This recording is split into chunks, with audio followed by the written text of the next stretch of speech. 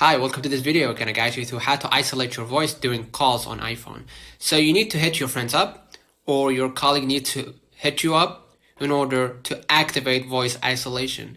So while on a phone call, swipe down from your control center in the top right corner, right? And you're gonna see instead of system with the orange like circle, right? Resembles a mic, you're gonna hit phone controls like in the screenshot, right? And then hit microphone inside and three options will show up, right?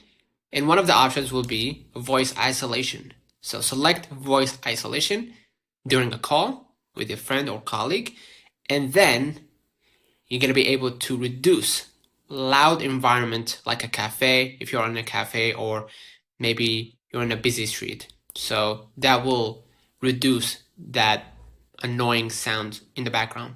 So consider liking this video, subscribing, it really helps. See you in the next